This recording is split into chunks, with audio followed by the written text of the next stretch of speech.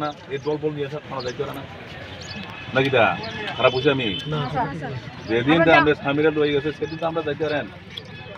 মহিলা সন্ধ্যে গিয়েছে কইতে পারেন ডাইরেক্টলি কোনো বয়ান টেন দিয়ে রেকর্ডিং সব নিয়ে যাইতে পারেন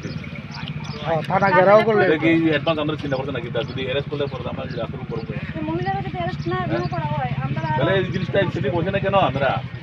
কেন কইছে না এটা মুখে মুই রাখছি আমি যে একটা মহিলা আছে প্রচন্ড খারাপ এগুলো কি আমরা জানাইছেন নি থানা জানাইছেন মন্দিরা একটা মহিলা তাইলে দেহ ব্যবসা করে সুব্রত দাস তাইলে গেছিল মানে বিষয় করতো গেছে করে তাইলে ফাঁসাই দিছে তাইলে জানার পরে ফাঁসে হলে থানা বিনা দুটো তাইলে দুইটা নিচে যে ওখানে আনতে গেছে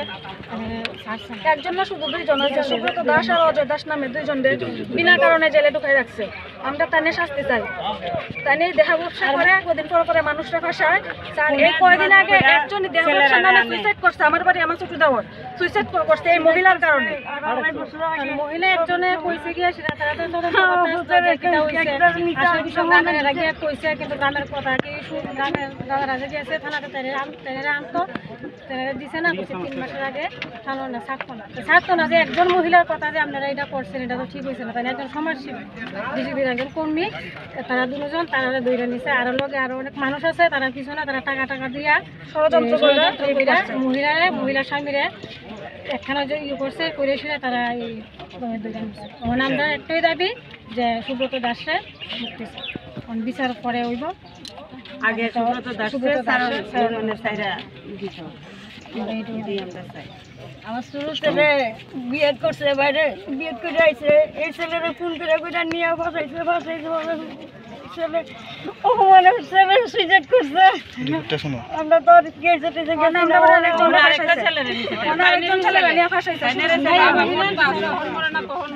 মহিলার কারণে আমরা সারা পাড়া নষ্ট একজন মহিলার কারণে একটা গ্রাম পুরো নষ্ট করতেছে একটা মহিলা বিনা কারণে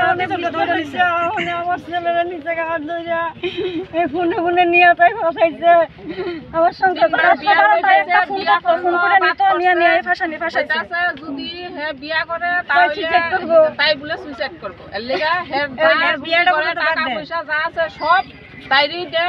গড় বাজার পর্যন্ত আনে না বয়স্কর বাবা একদম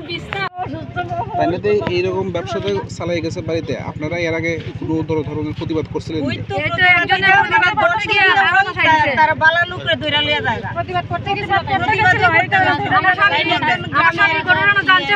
বন্ধুর লোকে তাকে দেখা বন্ধুর লাগে প্রতিবাদ করতে গেছে দেখা আমার স্বামীর নামে রেপ কেস দিয়া মহিলা ফাঁসাই দিছে